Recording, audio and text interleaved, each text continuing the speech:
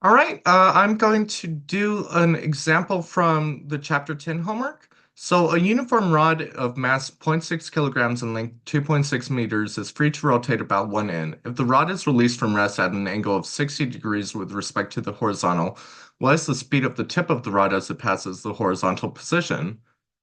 So, if you have a question which asks about velocity or speed, then generally what you're going to want to do is set up a conservation of energy ideal.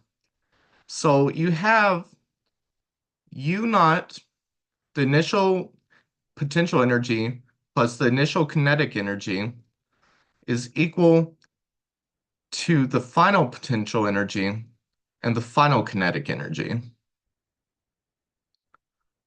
In this case, it is released from rest, so K naught is equal to 0, but U naught is going to be equal to mgy,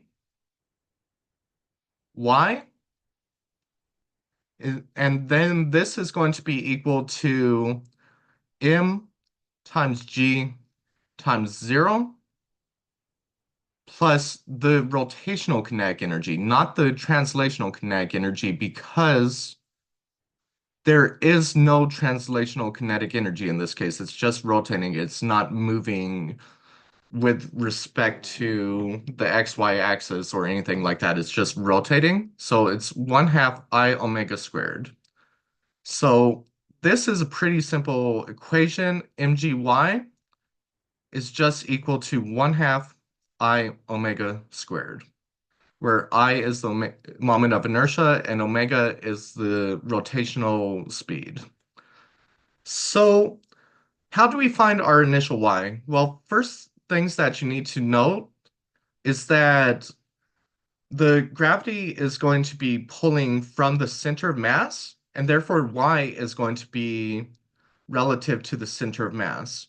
So the center of mass is half the length of the rod.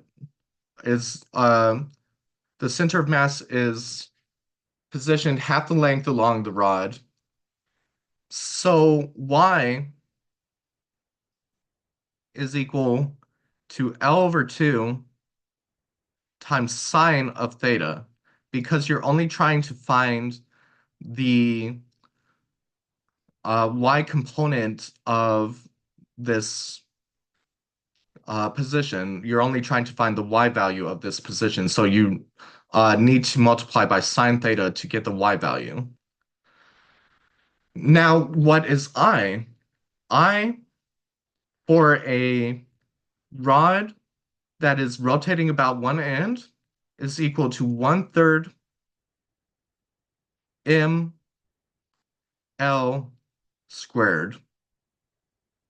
And omega, which is our last thing, and which we are going to relate to the velocity at the end, is equal to v divided by L. So the velocity at the edge of the rod, at the far end of the rod, divided by the length of the rod is going to give you your angular velocity. So that gives us all of our equations, and the only unknown we have is this velocity here. So this is when you set up one of these equations, what you want to do is write out your knowns slash unknowns. And in this case, we know the length, we know the mass, we know I, we just don't know velocity.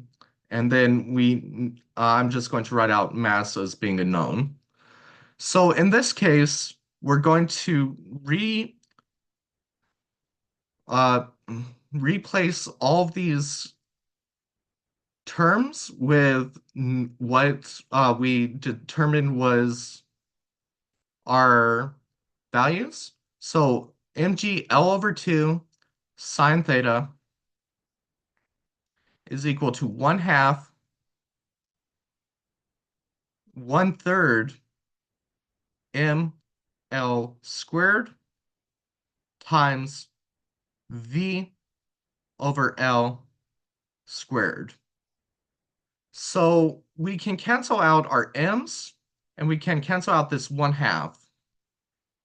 So we get GL sine theta is equal to 1/3 v squared times L squared over L squared is equal to 1/3 v squared, or and multiplying by 3 on both sides, we get 3 GL sine theta is equal to v squared, or v is equal to the square root of 3 GL sine theta.